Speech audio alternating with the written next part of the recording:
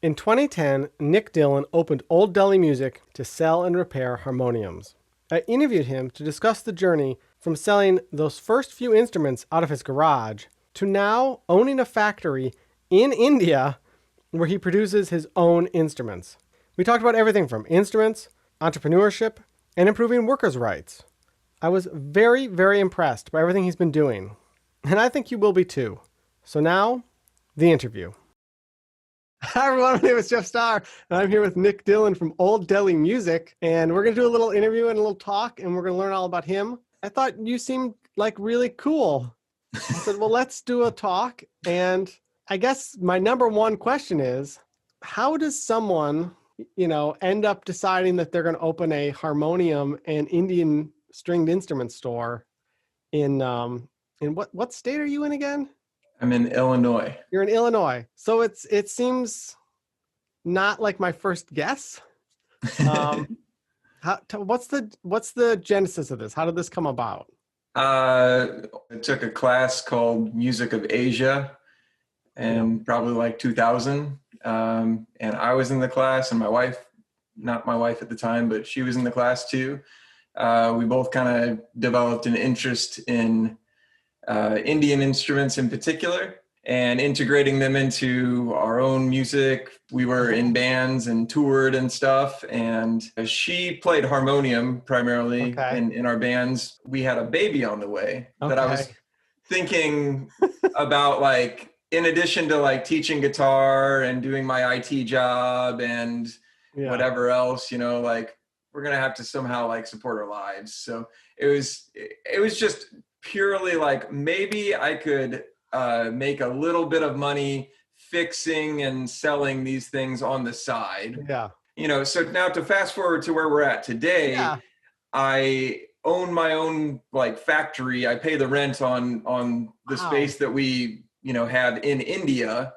Incredible. I have about 25 employees that I just got my wages report, and I'll send that money right now, working there for me, dedicated full-time, month in, month out, manufacturing our instruments. What started the business was we took our tax return from 2009, and that was our seed money or whatever, where we took that, and I just said, Heather, I'm gonna, is it okay if I take this and I send it to this random Indian dude that I've made, connection with, and he sends me some instruments and I try to sell them. And then it's just literally like that, plus whatever else ended up getting involved in there is literally what's, snowballed until today. And are they branded with your name? So the main brand is Bava. Okay. I never dreamed I would start a brand. Now we have Bava, Sursargam, Radharani, and Tal are brands that we've, and another one that's kind of developing. But they all, so there's different traditions in different regions and different a ton of different kinds of instruments. And to like label them all as if they're all under one umbrella seems inappropriate. It's very difficult. So like Bava, which is our main thing, and that's the thing that we do the manufacturing of, is North Indian traditional 2-reed harmoniums. And those are very common. I discovered after starting this, those are very commonly used in the yoga scene with kirtan and all this, but also like you will hear it used in a lot of folk music, and so it's a style that is it translates well to Western kinds of music, and it's also affordable. So there's other styles of harmoniums that just take 4 times as long to manufacture, and therefore cost considerably more to purchase. So now, so there's I got a lot of questions just there. So what's the process of? All right, so I'm gonna guess that the first shipment of harmoniums you got were probably not, like, when you just sent some money over, probably not the greatest. They sucked. So how do you go from that to having a factory and employees that you're paying to make harmoniums and that process. I'm assuming you must have a different level of quality control, like, so let's It talk started that with quality control. We started a quality control shop first, where we were taking instruments that we're getting from other people, which we still get things from third parties all over India. Sure. And everything gets centrally, sent to our location in Delhi. And then from there, it comes to us. So everything goes through quality control. And we introduced that in Delhi around 2018. The year after that is when we started taking steps towards doing our own manufacturing of the North Indian style harmoniums. So I mean, so many questions. So are you flying over there on a semi-regular basis, or how do you maintain like control from halfway around the world? I have flown there many times. Okay. Yes. But then this whole pandemic thing happened. Yeah, exactly. And, and what we learned is that actually Zoom meetings and WhatsApp are incredibly effective. And you can also fairly easily, FedEx ship just a single piece as a prototype. And, so we're working around the fact that it's been a year now since I've flown there. I was supposed to fly out on like March 12th or something. Wow. And there was just enough of 2020. And there was just enough indications on that date that I was just like, maybe not. This sucks, but I'm going to have to cancel it. We got to see what's going on. Maybe I'll come in April or something. Wow. But, and that didn't happen. But yeah, it's crazy because the manufacturing and everything really came together actually through the pandemic. And even with that, what I can say is like, there were a lot of people who had skill sets that we needed in our factory that suddenly were available to work. So we kind of just, there's a ton of like, the short answer to how did we get from 2010, just a couple skids of instruments in my garage to owning a factory and controlling all the details of the manufacturing is like one foot in front of the other, so grit, but then making some good friends along the way and some good fortune and timing and things like that. And, but it's been 10 years. It's not like we thought, yesterday we're going to do this and suddenly today it exists. It's all the culmination of. And this is your full-time job, right? You gave up your my full-time job. And then here in the States, I have 2 other full-time employees. Wow. And one other half-time guy. So this is actually a much bigger operation than I realized. So like that's congratulations to you. That's incredible. Sure. So tell me more about the employees that you have. Like, how do you find people that are going to just like, you have people local that are essentially little harmonium luthiers, and then you have people in India. How do you find the people with the right skill sets you need? It started with, we had a logistics company that we worked with, a small family-owned entity. That Sanjeev, who still runs that business, he kind of just became a good friend. And when I was telling him about problems we were having with quality control and all this kind of stuff, that led to him helping me, because I can't just go and like hire people and rent space in India. But he helped me do that. So he helped me establish the quality control shop. And then now he's helped me establish this manufacturing. It's like you learn things that you can't unlearn about the ways that things are being manufactured, the ways that the tradesmen who are making the things that you love and that you're selling to people are being treated. And once I started to learn about business practices and mistreatment, we've had the opportunity to run our business differently, which does mean actually we spend more to make instruments than what we were spending buying them from third parties.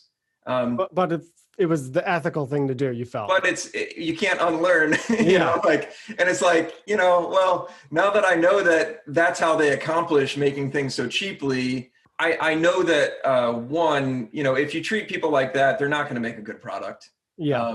So in part, it's all just like very holistic. So it's been like just a really cool job to get to put these pieces together as we go. And it's all, like I said, it's a snowball. It's like it started with a tax return and I guess a little risk.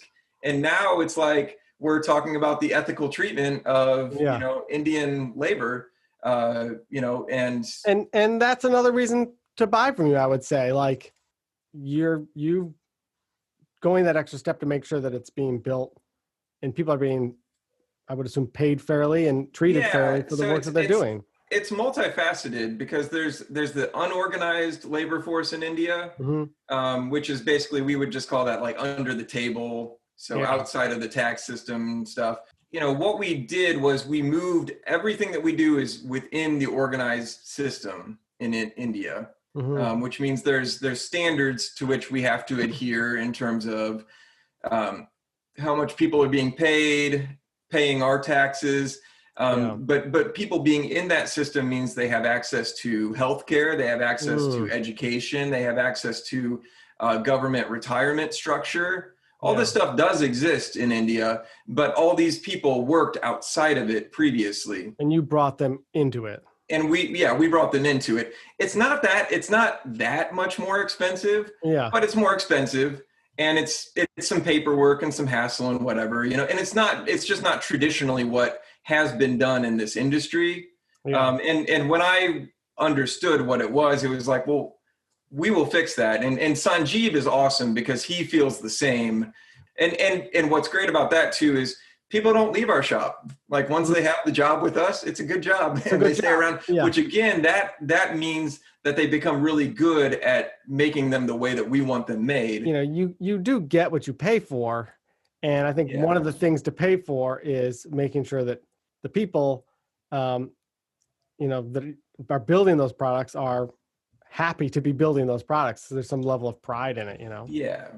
I'm not going to be super eloquent about how I describe this, but I think that this is like the unique thing that's going on right now. Yeah. Is like because of the internet, because of the fact that you and I can talk and record this and people will see this and they'll be like, oh, this is an interesting story, Yeah. whatever. Like little guys like me, doing these things that traditionally you would just never hear about it.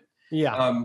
We have an opportunity that's much greater than has been available at any other point in time. And we're never going to be $1 billion business. And we have no desire to be anything like that. Yeah. But we can make great harmoniums. So we sell more than harmoniums. We've just talked about harmoniums. Yeah. But, but just focusing on harmoniums, like it is the kind of the pulse of what we do. And we did find, I guess, just a great need for those instruments in particular in North America and elsewhere. Yeah.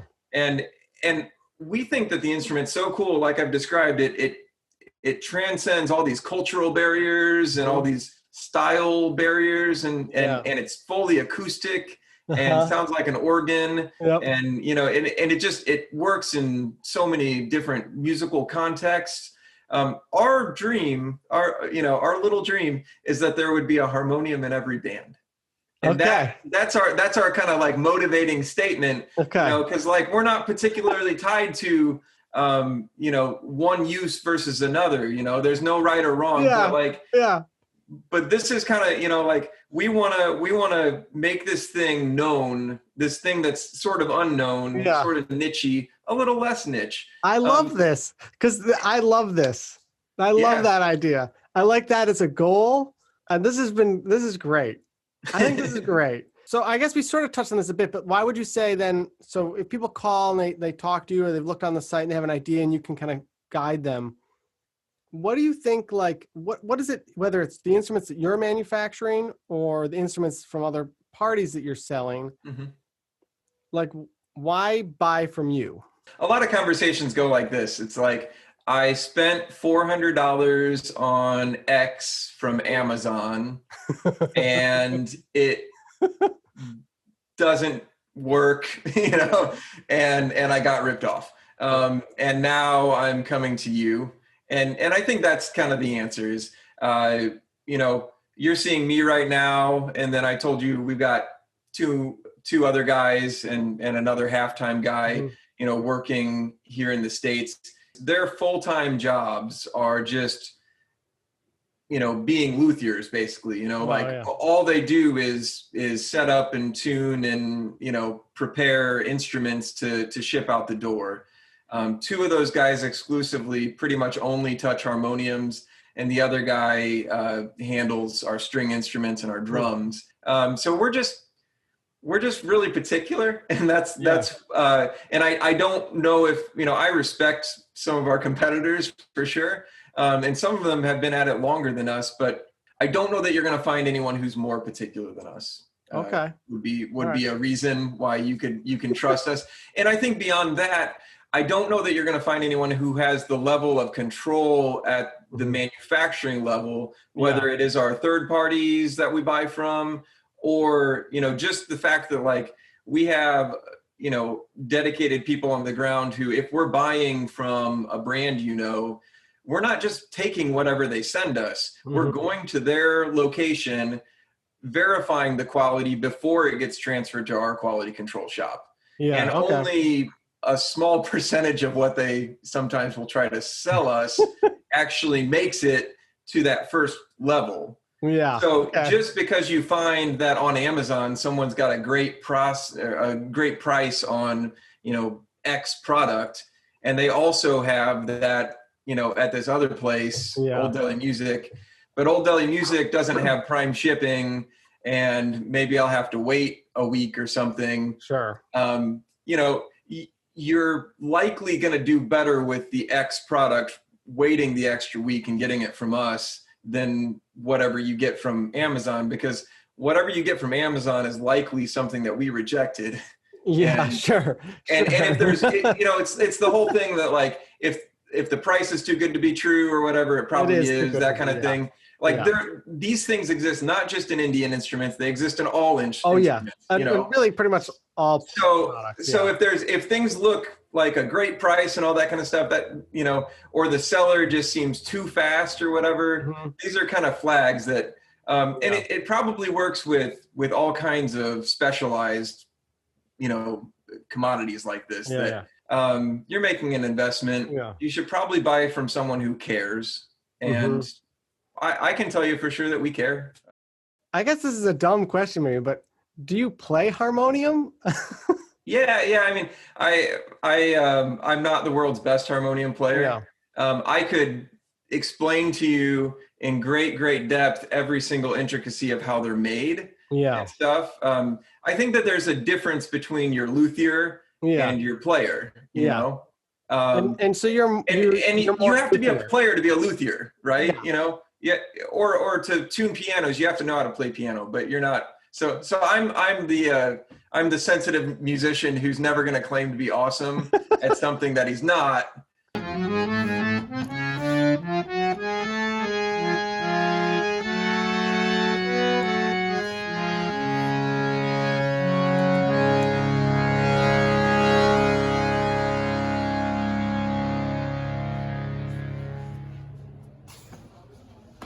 But the thing I'm really good at is knowing the details, the technical details of a harmonium and how they work. And so let's talk about those technical details. So when you first got that couple skids you said of harmoniums off that first tax return, and you said they were like garbage and you had to start fixing them, how did you, and of course now today, like you know all, you know, how to make a quality instrument. How did you learn all that? Was that just trial and error? Or was there, were you talking to other harmonium fans online? Like, how does that work? How do you accumulate that knowledge? Mostly trial and error. There's a book that you can still buy. It's called the Harmonium Handbook. It's a good book. It has some nice little guides that are still really relevant that tell you, you know, like if you need to gap a reed, here's how that works. And explains like all the concepts of how you get them to function and sound properly. You know, I had the good fortune that I had a couple dozen instruments to work through at you know, to start with. For me now, like thousands of instruments later, now, like, you know, we do service for people too. So, and we actually like that because sometimes we see some really, different things that, like this thing from the 1970s that we've never seen before, that they, Yeah. oriented it this way. And then that kind of impacts our ideas in terms of, nothing's new under the sun. So, none of these ideas about how you're going to manufacture this a little bit differently are completely original. So the service side is, you learn a lot just from, I would imagine. So are you selling mostly in the United States, or are you selling around the world? Like where are most of your customers located then? Is it all yoga schools? Like who's buying harmoniums? Who's buying harmoniums? Let's see. It's a lot of people. I mean, we'll sell to Sony Music Studio in Nashville, Wow. and then the next phone call is from a person who has a yoga studio in Seattle, and then I've got emails from people in Indonesia and the Netherlands and Australia and whatever. So it's and people are playing Celtic music. They're playing kirtan. A good mix of, I mean, the coolest thing about this job actually is just the variety of everybody who touches the harmonium seems to be a very nice person.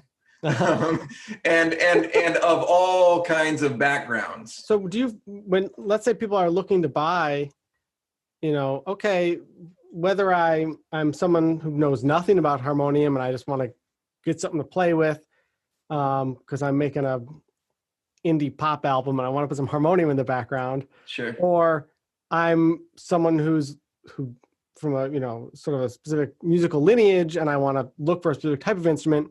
Do you suggest that they call you, email you? What's the best way to like hash that out with you? Or should they just go on the website and it's all sort of searchable there? I think that the best solutions are typically arrived at when people actually call us. I wish I could say that like all of our content was like so honed in and perfect that like we're just these amazing guides and you can just kind of go through the process and it would take you to the perfect solution. Usually people have done kind of a combination. So usually people have poked around and, we do have like a guide, like how to choose a harmonium. You have I would say you have one of the better websites overall for Indian musical instruments.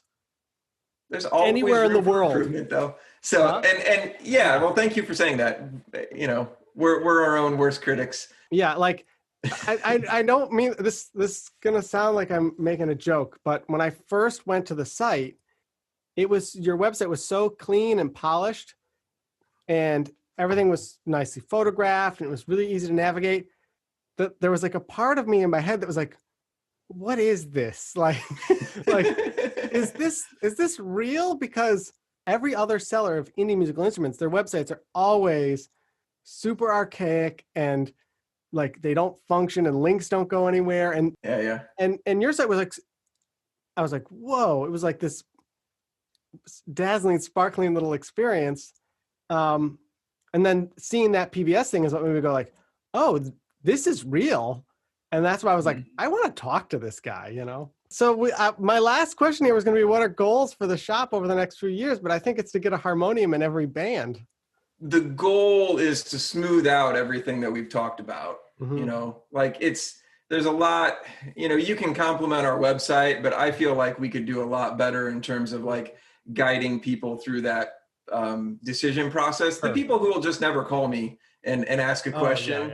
And that's fine, but like making better tools so that people can get better information and just all that stuff.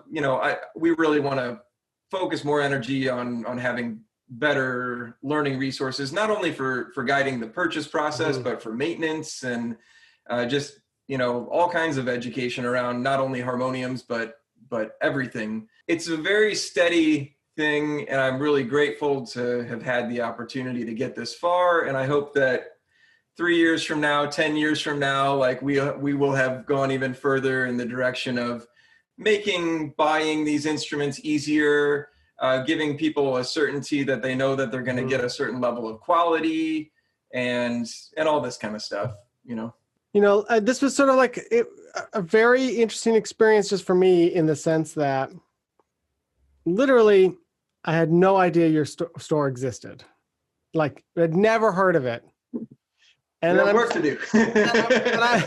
well, hold on. And then I'm online, and you came up on Reverb, and you had a great website. And then I think I started getting like some Google ads maybe for the store, or maybe some suggested. And I was like, who is this? Who is this person I've never heard of? Like, with this shop. Sure. And that just made me really curious to learn more. And we sent a few emails, but I had really no idea going into this conversation who you were or what we were going to totally talk about, right? And so this has been, I think, a really fun, positive experience, because like, I don't even play harmonium, but like now I want a harmonium. Like that's how I've come away from this, right? Cool. And I feel like, well, there's only one place to buy it, and that's from you, because I feel like, the quality is going to be where it needs to be. I love the fact that you do your own sort of manufacturing, and you're overseeing that, and your own branding on that. You're making sure that you've brought people into the system over there. And so get everything out of the shady waters of mysterious manufacturing and so forth. So it's like, and then at the same time, your business is growing so much. It's very inspiring. It makes me feel like, boy, I wish I'd started a harmonium shop 10 years ago. Because if there's more opportunities for us to talk about gear and stuff down the road, I would love to maybe do some sort of follow-up video where you could talk about maybe specific types of harmoniums you have, or what the differences are, to help educate people a little bit about harmoniums. And because like, I don't really know that much. So sure. I'm certainly great at asking questions because I don't know anything, Yeah. And I think that's just sort of fun to help bring people to your shop and help them learn more about this instrument, because we got to get a harmonium in every band now. Like I'm into this. Okay, so that is our conversation with Nic Dillon from Old Deli Music, which you can find at olddelimmusic.com. Did I get that right? Yeah. Great. So definitely go check him out. And Nic, do you have any like Facebook or Instagram or YouTube that you want to plug, anything like that? No, I mean we're on all of those, but we have our heads in instruments. Not so much on the social media. That's probably where you should keep your head. Just keep making cool stuff, keep having great customer service. Yeah.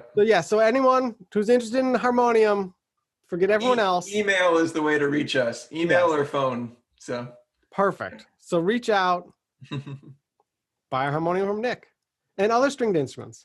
All right. Well, Nic, I'll call it there. I'll let you get back to work. Thank you again. Thank you very much. Yeah. Good to meet you, man. Bye.